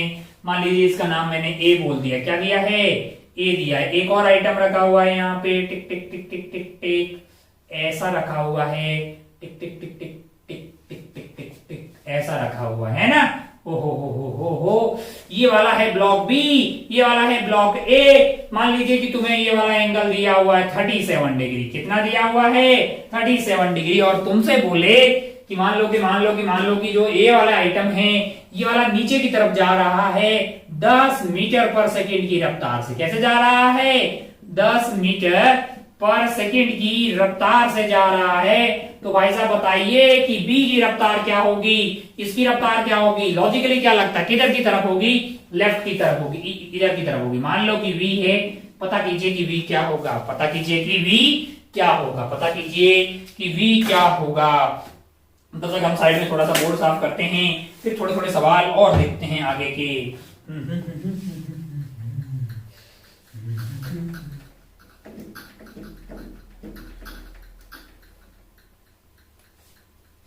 तुरंत पता कर लीजिए कि आपके लिए v क्या होना चाहिए। हाँ हाँ हाँ हाँ हाँ हाँ। मार्क ने बोला था कि सबसे पहले कॉमन सरफेस ढूंढिए, तूने कहा ये ढूंढ ली भाई साहब, ये रही भाई साहब, यहां से यहाँ है कॉमन सरफेस। अच्छा ये चिपकाए हुए नहीं है बे, फ्री है, फ्री है ना। अच्छा ओहो हो। अच्छा ये इधर क्यों जाएगा, अबे धक्का देगा, इस पे नॉर्मल किधर लगेगा, इधर लगेगा, इस पे नॉर्मल इधर लगेगा, उसका हॉरिजॉन्टल कंपोनेंट आएगा, वो इसको धक्का देगा तो ये इधर की तरफ कट लेगा। खैर हमें तो वी पता करना है, तो मार्क ने बोला था कि पहले कॉमन सरफेस पता कर लो, उस पर नॉर्मल ड्रॉ कर दो, मैंने कर दिया। अच्छा ये ऐसा कुछ है, कॉमन सरफेस आपका ऐसा है, और ये वाला एंगल जो है आपके लिए क्या है 37 डिग्री, एंगल क्या है 37 डिग्री। अच्छा और ये आपका हो गया है नॉर्मल, उस पर टिक टिक टिक टिक टिक टिक टिक। अच्छा भाई ओ हो। अब अगर आप ध्यान से देखें तो इसके अलोंग जो है, इसके अपने को दोनों वेलोसिटी शो कर देनी, यानी कि मैं ए वाले की इधर शो कर रहा हूं 10 मीटर पर सेकेंड, 10 मीटर पर सेकेंड, और ब्लैक से मान लीजिए कि मैंने बी वाले की शो कर दी है वी। मुझे एक बात का पूरा विश्वास है कि इन दोनों के कंपोनेंट अलोंग दिस लाइन, यानी कॉमन सरफेस के ऊपर जो नॉर्मल डाली गई है उसके अलोंग इन दोनों के कंपोनेंट सेम होना चाहिए, डायरेक्शन और मैग्नीट्यूड दोनों में, है ना। ओ ये एंगल 37 डिग्री, तो ये वाला एंगल क्या हुआ है 37 डिग्री, ये 37 डिग्री, ये हो गया अपना 90, ये हो गया 53 डिग्री, ये वाला हो गया है 37 डिग्री। हमको लगता है कि 10 का इधर वाला कंपोनेंट होगा 10 cos 37 degree must be equal to v का इधर वाला कंपोनेंट v sin 37 डिग्री। हो 10 cos 37 degree is 4/5, v sin 37 is 3/5, तो 5 से 5 कट गया लल्ला। ओहो v अगर अपने को चाहिए, तो हमारा आंसर आ गया है 40 डिवाइडेड बाई 3 मीटर पर सेकेंड, जो माना है वैसा ही आया है, यानी पॉजिटिव आया है, यानी कि उधर की तरफ जा रहा है 40/3 मीटर पर सेकेंड की रफ्तार से। सेम टाइप का आइटम लग रहा है ना, ऐसे कटी होती है एक साइड से, क्या है कोई बात नहीं। तो ये ब्लॉक अगर 10 मीटर पर सेकेंड से नीचे जा रहा होगा, तो ये वाला ब्लॉक जो बी है वो उधर की तरफ जा रहा होगा 40 डिवाइडेड बाई 3। बीच में यहाँ पे हमने एक कंस्ट्रेंट यूज किया है कि नहीं यार, तो यहाँ पे इसको वेज कंस्ट्रेंट बोल सकते हैं, मतलब ऐसा बोलते हैं इस वैरायटी के सवालों को वेज कंस्ट्रेंट। अच्छा भाई सब बहुत बढ़िया, बहुत ही शानदार, कुछ अच्छे से सवाल करते हैं वेज कंस्ट्रेंट पे, कुछ बेहतरीन सवाल करते हैं। चलिए इसको उड़ाते हैं, बोर्ड को साफ करते हैं और कुछ बेहतरीन सवाल जो है वेज कंस्ट्रेंट पे अपन करते हैं। बोर्ड हो गया चकाचक, एक सवाल लिखते हैं वेज कंस्ट्रेंट पे।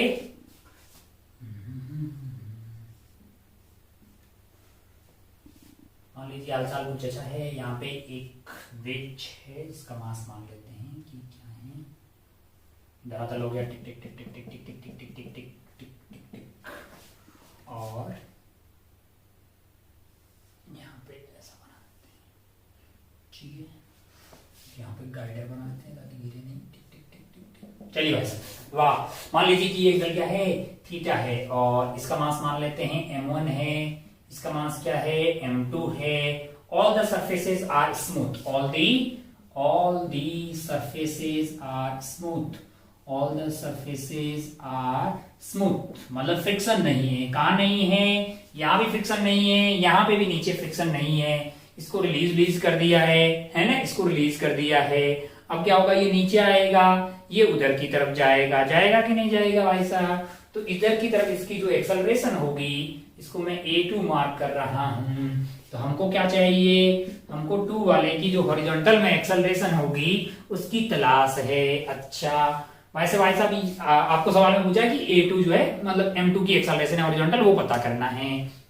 अच्छा भाई साहब ये सवाल खत्म हो गया है, आप अपना काम शुरू कर सकते हैं। वीडियो को पॉज मार के हम लोग यहाँ शुरू करते हैं। मैंने कहा अगर इसकी एक्सेलरेशन A2 इधर है तो इसकी एक्सेलरेशन A1 इधर मान लेते हैं, है ना। आइए फ्री बॉडी डायग्राम बनाते हैं। जैसे इसका फ्री बॉडी डायग्राम बनाए, इसका फ्री बॉडी डायग्राम अगर बनाएंगे तो इस पे एक नॉर्मल अच्छा इन दोनों पे कॉन्टेक्ट सरफेस ये होगी, उसकी परपेंडिकुलर ये हो गया नॉर्मल, तो इसके द्वारा नॉर्मल इधर लगेगा और इसके द्वारा नॉर्मल इस पे इधर लगेगा, है कि नहीं यार।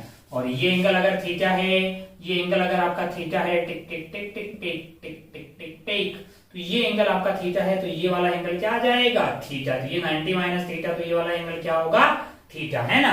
तो अगर आप इसका एफबीडी बनाएंगे, किसका, ये वाले भाई साहब का एफबीडी बनाएंगे, यानी कि आपके M2 वाले का एफबीडी बनाएंगे, तो इस पे क्या लग रहा है, ऐसे नॉर्मल लग रहा है, n है ना। और ये वाला एंगल क्या होगा, ये एंगल थीटा होगा। अच्छा भाई साहब बहुत बढ़िया।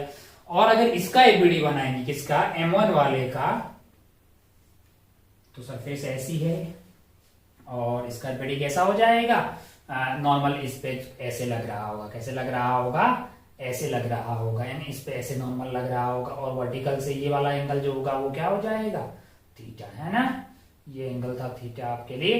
तो ये नॉर्मल इस पे एक्शन रिएक्शन पेयर है, जितना नॉर्मल इस पे लग रहा होगा उतना ही नॉर्मल इस पे लग रहा होगा। इसका मास क्या है, इसका मास M1 है। अच्छा भाई साहब बहुत बढ़िया।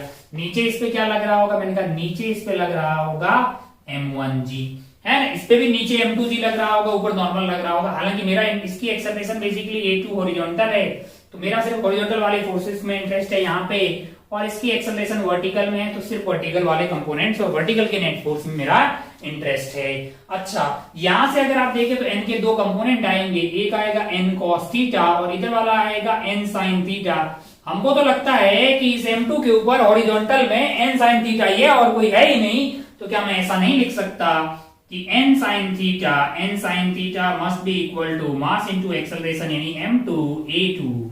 रिश्ता नंबर 1 प्राप्त हो गया, रिश्ता नंबर 1 प्राप्त हो गया। अच्छा लगा अपने को, बहुत अच्छा लगा भाई साहब, बहुत बढ़िया, बहुत ही शानदार। हो एक और रिश्ता यहां से निकाल सकते हैं। अगर आप देखें तो n cos थीटा इधर आ जाएगा, n ये आपका एंगल था थीटा, तो ये वाला एंगल जो है अगर आप ध्यान से देखें तो वर्टिकल कंपोनेंट आपके पास आ रहा है n cos थीटा यहां से, या फिर यहां से भी कर दीजिए तो n cos थीटा। अच्छा, तो n cos थीटा ऊपर की तरफ हो गया, M1G नीचे हो गया, एक्सेलरेशन नीचे है, तो बड़ा कौन होना चाहिए, M1G minus n cos theta मास इंटू एक्सेलरेशन M1 A1। कितने रिश्ते हुए भाई साहब, 2 रिश्ते हुए। ध्यान से देखो कितने वेरिएबल है, ध्यान से देखो तो A1 वेरिएबल है, A2 वेरिएबल है और नॉर्मल 3 जो वेरिएबल है और रिश्ते हैं हमारे पास 2। जब भी इक्वेशन की कमी पड़ जाए तो दिल में ख्याल आता है कि कहीं कोई कंस्ट्रेंट इक्वेशन तो नहीं बन रही है। अब यहाँ पे कौन सा कंस्ट्रेंट लगेगा, यहाँ पे वेज कंस्ट्रेंट लगेगा, है कि नहीं यार। और वेज कंस्ट्रेंट में कैसे सोल्व करते हैं, कॉमन सरफेस को ऐसे मार्क कर लीजिए, उस पे परपेंडिकुलर यानी कि नॉर्मल को आप ड्रॉ कर दीजिए, और आपका जो भी एक्सेलरेशन है वहां पे उसको जैसा है वैसा शो कर दीजिए।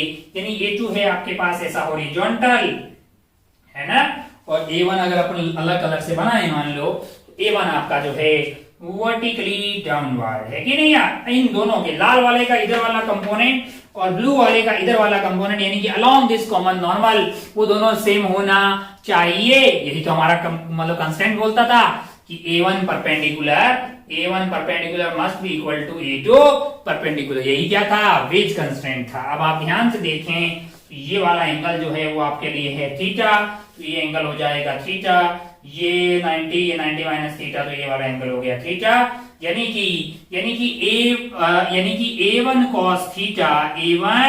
cos theta must be equal to A2 sin theta. कैसे किया भाई साहब, A1 का ये वाला कंपोनेंट A1 cos थीटा और A2 का ये वाला कंपोनेंट क्या होगा, A2 sin थीटा, है कि नहीं यार। तो यहाँ पे एक रिश्ता आ गया अपने पास, A1 cos theta is equal to A2 sin theta. बहुत बढ़िया भाई साहब, कितने इक्वेशन हो गए, 3 इक्वेशन हो गए हमारे पास। कितने इक्वेशन हो गए, 3 इक्वेशन, और वेरिएबल की कितने हैं, 3 है। 2 तो एफबीडी से आ गए, तीसरा स्ट्रिंग कंस्ट्रेंट से। क्या सॉल्व करके A2 आ जाएगा, हमें सवाल में A2 पूछा था, A2 भी आ जाएगा, A1 भी आ जाएगा और नॉर्मल भी आ जाएगा। तो ये अपना वेज कंस्ट्रेंट पे एक सवाल हो गया। धीरे धीरे आगे बढ़ते हैं और वेज कंस्ट्रेंट पे कुछ और बेहतरीन सवाल लिखते हैं, है ना। चलिए एक बेहतरीन सवाल लिखते हैं, मजा आ जाए ऐसा वाला। चलिए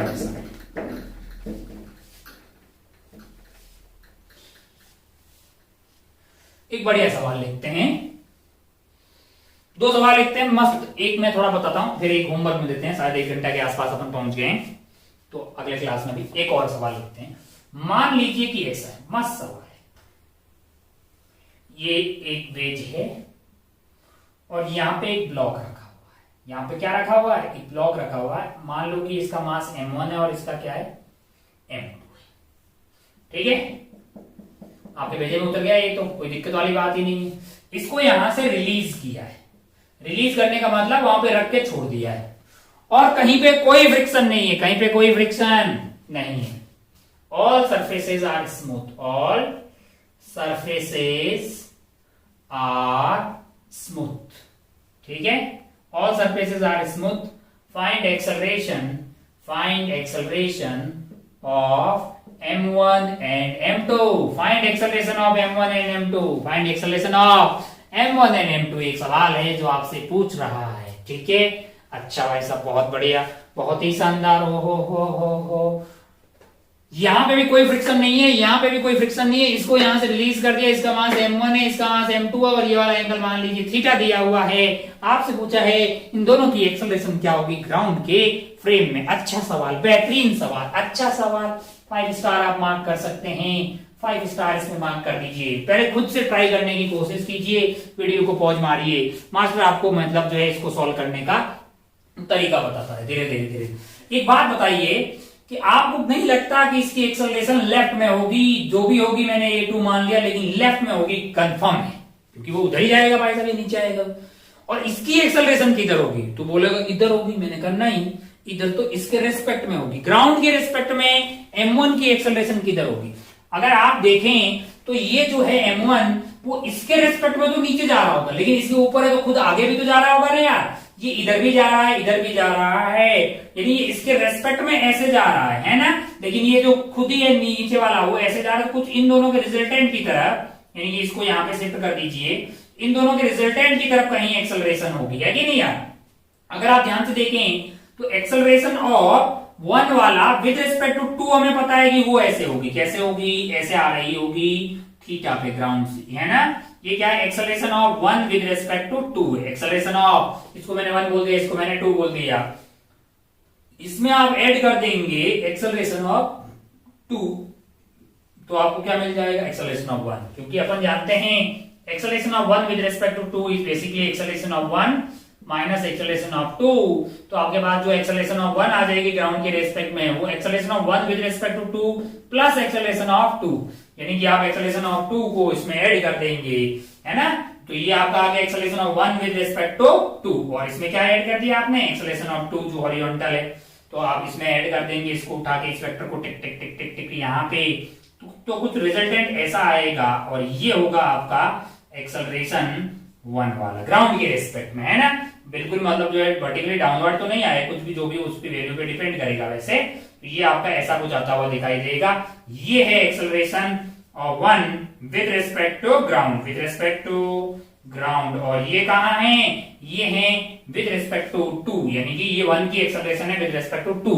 तो एक बात बताइए कि यार इसकी ग्राउंड के रिस्पेक्ट में उधर होगी, ये तो हमें समझ में आ गया। इसकी ग्राउंड के रिस्पेक्ट में किधर होगी वो थोड़ा कॉम्प्लिकेटेड है कि नहीं यार। तो मैं थोड़ा सा एक आसान तरीका खेलता हूं। मैंने यार इसकी एक्सेलरेशन a1 होगी ग्राउंड के रेस्पेक्ट में, मुझे नहीं पता किधर होगी, तो मैं ऐसा कुछ मान लेता हूं कि हमारा जो m1 है इसकी एक्सेलरेशन के 2 कंपोनेंट है, एक है a1x और एक है a1y। इसमें क्या है यार, परपेंडिकुलर डायरेक्शन में 2 कंपोनेंट तो मान ही सकता हूं ना। तो बोलेगा उधर काहे मान लिया a1x, इधर काहे नहीं माना। भाई इधर मान लेता हूं, उसमें क्या है, मैंने अगर उधर माना है तो कोई दिक्कत वाली बात नहीं है, नेगेटिव आ जाएगा सोल्व करके।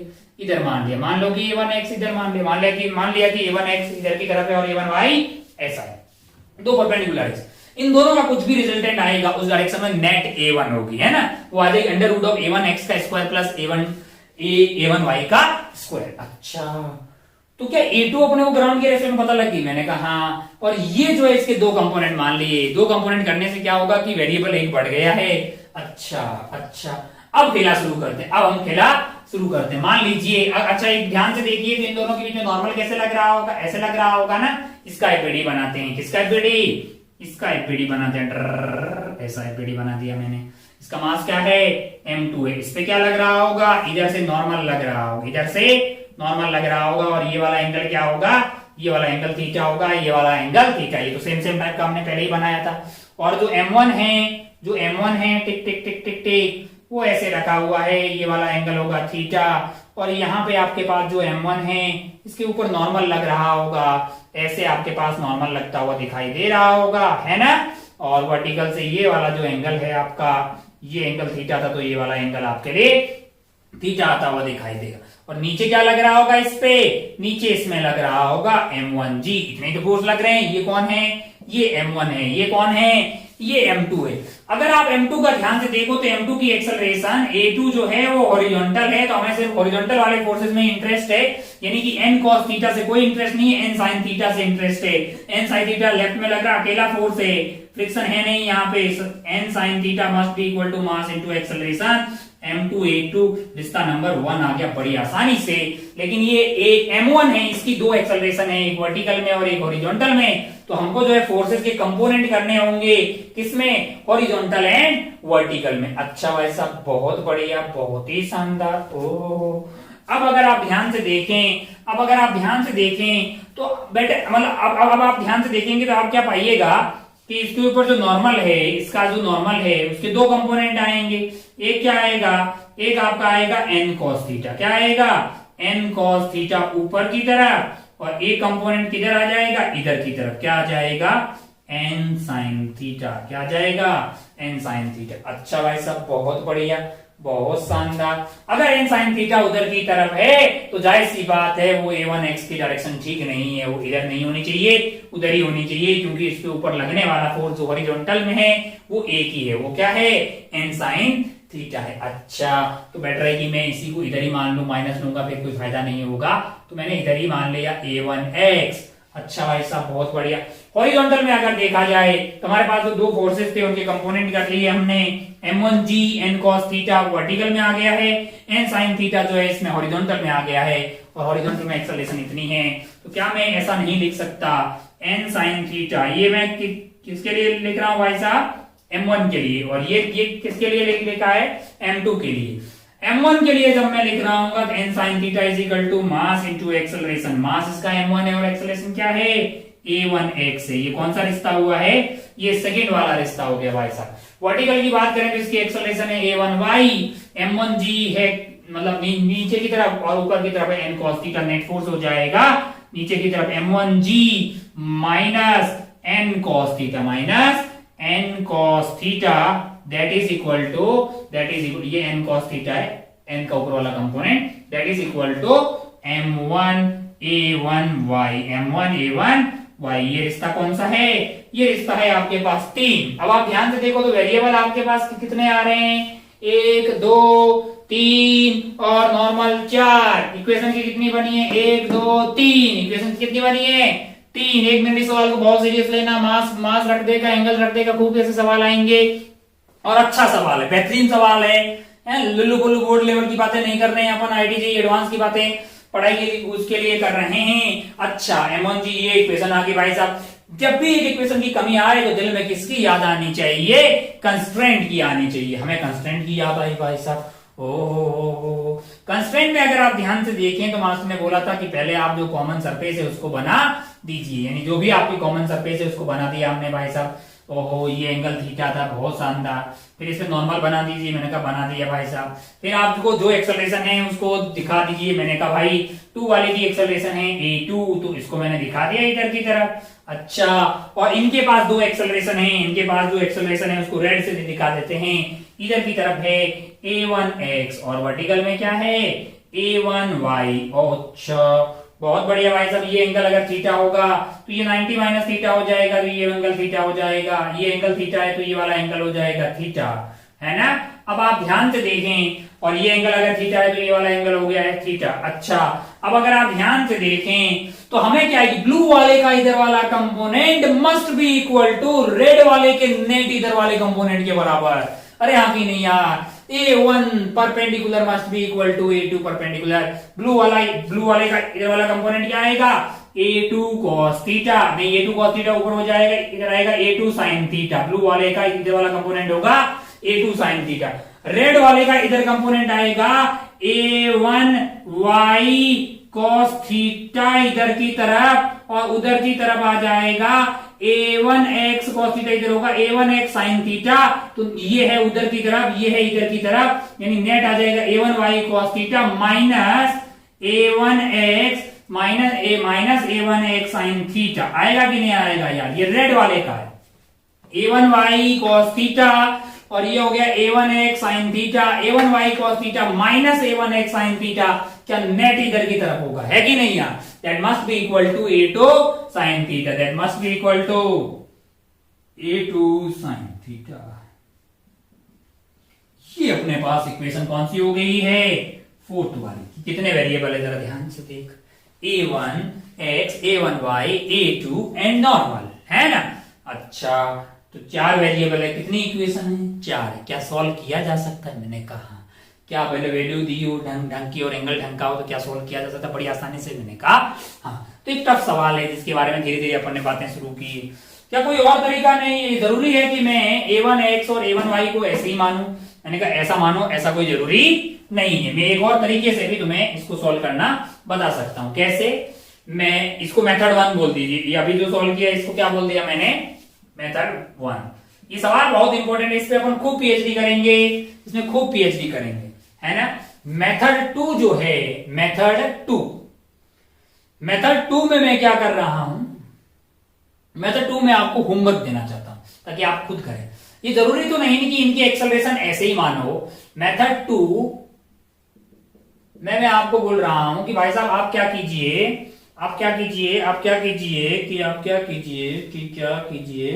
ये कंपोनेंट हटा दीजिए।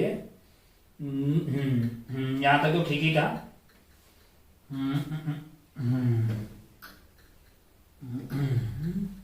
मान लीजिए कि आप इसकी एक्सेलरेशन के A1 की एक्सेलरेशन के 2 कंपोनेंट कर लिए आपने। इस बार दोनों कंपोनेंट कैसे किए आपने? एक तो अलोंग द इंक्लाइन प्लेन किया और एक परपेंडिकुलर कर दिया, है ना? मैं इसको आपको बोल रहा हूं A1 टेंजेंशियल, और इधर वाले कंपोनेंट को क्या बोल रहा हूं? A1 normal. मैंने A1 टेंजेंशियल और A1 tangential and A1 normal 2 component कर दिए। दोनों आपस में कैसे हैं? परपेंडिकुलर, है कि नहीं यार? अच्छा भाई, आपको क्या करना है? आपको फ्री बॉडी डायग्राम बनाना है। इसमें तो कोई परिवर्तन होने वाला नहीं है। अच्छा, अब तो इस वाले केस में सारे फोर्सेस के कंपोनेंट आप किसके अलोंग करेंगे? One is along the incline plane and one is perpendicular to incline plane. M1g का इधर वाला कंपोनेंट कर लेंगे, तो वही वाला जो बेसिकली क्या है, ये एंगल आपका थीटा था, तो M1g sine theta must be equal to M1 into A1t, है कि नहीं यार? और इधर मैंने जो है, अब आप बोलो तो उधर मान लो, आप बोलो तो इसको इधर मान लेते हैं। मान लीजिए इधर मान लिया मैंने A1n, है ना? तो अगर आप ध्यान से देखेंगे तो M1g cos theta minus normal is equal to mass into acceleration आ जाएगा। आएगा कि नहीं आएगा, है ना? अच्छा भाई साहब, बहुत बढ़िया। अब आप ध्यान से देखें तो इस वाले केस में बता ही दिया था, सबसे ज्यादा बता ही देते हैं पूरा। देखो, इसमें कोई परिवर्तन होने वाला नहीं होगा, इसमें कोई परिवर्तन होने वाला नहीं है। काहे को कि इसकी ऐसे ही, बस A1 के एक्सेलरेशन को मैंने along the incline plane and perpendicular to incline plane मान लिया है। अब मैं क्या करूंगा? मैंने कहा फोर्स की कंपोनेंट भी तो along the incline plane and perpendicular ही करूंगा, तो इस बार n को नहीं तोड़ना होगा, mg को तोड़ना होगा। mg का ये वाला कंपोनेंट आ जाएगा आपके पास M1g साइन थीटा, और इधर वाला कंपोनेंट क्या आ जाएगा? M1g cos theta. तो अब इधर की तरफ जब इक्वेशन लिखेंगे तो M1g sine theta must be equal to mass into acceleration, यानी कि M1 A1t। रिश्ता नंबर 2। एक और रिश्ते की हमें जरूरत है, वो मतलब इधर की तरफ लिख लेंगे। हमने एक्सेलरेशन इधर मानी है, बड़ा कौन होगा? बड़ा हो गया अपने पास M1g cos theta minus normal, that is equal to M1 A1 normal. अच्छा, ये इक्वेशन हो गई। 3 वेरिएबल है, अभी भी 4 वेरिएबल क्या है? 4 है, वेरिएबल 4 है। अच्छा भाई साहब, बहुत बढ़िया, बहुत शानदार। तो हमें किसकी जरूरत पड़ेगी? मैंने कहा हमें जरूरत पड़ेगी एक और रिश्ते की, और वहां पे हेल्प करेगा हमारा कंस्ट्रेंट। तो हमने ये ड्रॉ कर दिया, और फिर ये वाला एंगल अपने पास थीटा है, कॉमन सरफेस ये है। तो हमारे पास अगर आप ध्यान से देखें तो ये हो गया कॉमन सरफेस पे नॉर्मल, और हमारे पास जो एक्सेलरेशन है यहाँ पे है A1n, यहाँ पे क्या है? A1n, और इधर कौन है? A1t, और अगर आप ध्यान से देखिए तो A2 जो है आपके पास, A2 जो है वो ऐसा है, कैसा है, वो ऐसा है। ये एंगल थीटा हुआ तो ये वाला एंगल थीटा हो गया, बहुत बढ़िया, बहुत शानदार, हो। और ये वाला एंगल भी अपने पास क्या हो गया है सॉरी, ये वाला एंगल हो गया है अपने पास थीटा। अच्छा भाई साहब, बहुत बढ़िया, बहुत शानदार। हमको क्या करना है, मैंने कहा हमको दोनों के कंपोनेंट जो है इस लाइन के अलोंग वाले, कौन सी वाली लाइन के, दिख तो रहा है ना आपको यार, ब्लू रेड ये दिखते नहीं है, A1N। अच्छा, बहुत बढ़िया, बहुत शानदार। अब आप ध्यान से देखें, अब आप ध्यान से देखें तो जो ब्लू वाला है उसका तो यही कंपोनेंट हुआ नॉर्मल के अलोंग, A1T का तो कोई कंपोनेंट आने वाला नहीं है, बस रेड वाले का इधर वाला कंपोनेंट क्या हो जाएगा, ये वाला हो जाएगा A2 cos थीटा, ये वाला क्या हो जाएगा A2 sin थीटा।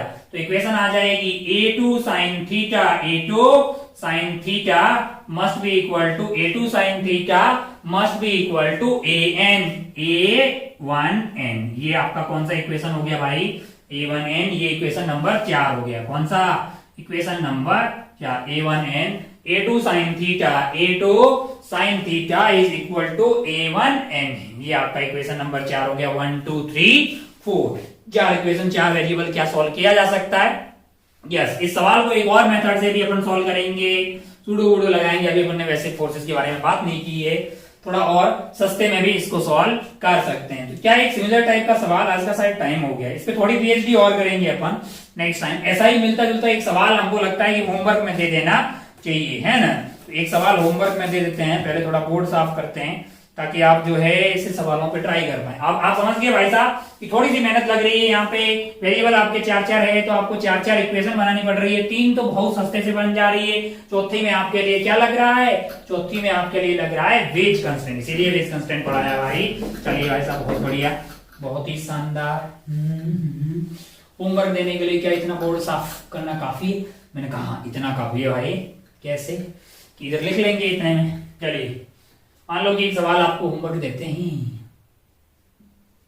नहीं होमवर्क दे देते हैं, कौन सा, ऐसा ऐसे, टिक टिक टिक टिक टिक ऐसे,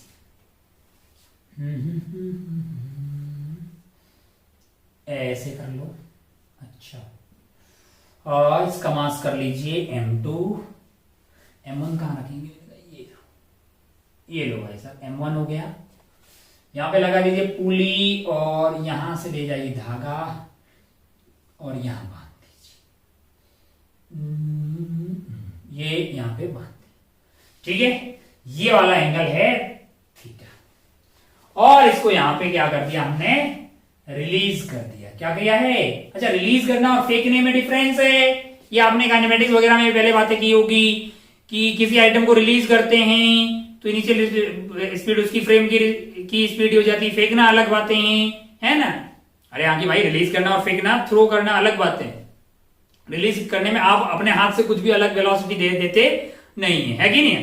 अच्छा कह रहे उस पर ज्यादा पीएचडी आपने पहले ही कर ली होगी। इसको यहाँ पे रिलीज कर दिया, इस पर्टिकुलर केस में इसकी इनिशियल स्पीड क्या होगी, 0। ये इधर भागने की कोशिश करेगा, all the surfaces are smooth. ये अगर इधर जाने की कोशिश करेगा, ये वाला इधर कट लेगा, ये वाला इधर कट लेगा। All the surfaces are smooth, all the surfaces are smooth, all the surfaces are smooth, सारी सरफेस स्मूथ है। Find acceleration of, find acceleration of M2, find acceleration of M2, यानी कि इसकी एक्सेलरेशन पता करनी। मैं आपको हिंट दे दूं, मेथड 1 वही है, मेथड 2 भी वही लगेगा, बस यहाँ पे आपको जो है थोड़ा और खेलना होगा। नहीं बिल्कुल, ये तो होमवर्क है तो आप खेलेंगे नहीं यार, एक ही सवाल होमवर्क में दे रहा हूँ यहाँ से, और बाकी तो और भी है। ये एंगल थीटा है, मेथड 1 वही, इसकी एक्सेलरेशन को तो A2 इधर मान लेंगे आप, इसकी एक्सेलरेशन के 2 कंपोनेंट मान लेना, क्या, A1x एंड A1y। या फिर मेथड 2 से अगर आप करेंगे तो मेथड 2 में जो है उसकी एक्सेलरेशन की कंपोनेंट इधर मान लेना यार, कि A1 tangential and A1 normal, है ना। तो ऐसे करके कर देना। बीच में कहीं ना कहीं क्या लगेगा, बीच में एक जगह जब इक्वेशन कम पढ़ने लगे तो क्या लगा देना, वेज कंस्ट्रेंट। तो हमको लगता है कि आज का टाइम पास हो गया है, मतलब टाइम पूरा हो गया है।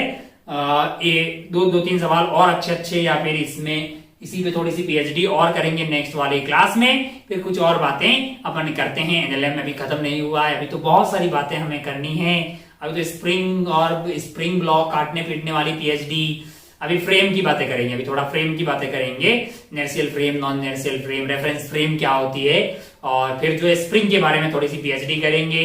फिर हमने अभी ऐसा कोई सवाल नहीं किया वेइंग मशीन वाला, वेइंग मशीन ये वो, जैसे खूब सारे सवाल अभी भी अपने को वैरायटीज की बातें अभी करना बाकी है। उम्मीद है कि आपके भेजे में बातें उतर रही होगी, आपको अच्छा लग रहा होगा, आप समझते रहिए चीजों को और रोज का होमवर्क जो है वो रोज करते रहिएगा। आज के लिए इतना ही। आप अपना और अपनी पढ़ाई का खूब ख्याल रखिएगा। जय हिंद, जय भारत, टेक केयर, बाय।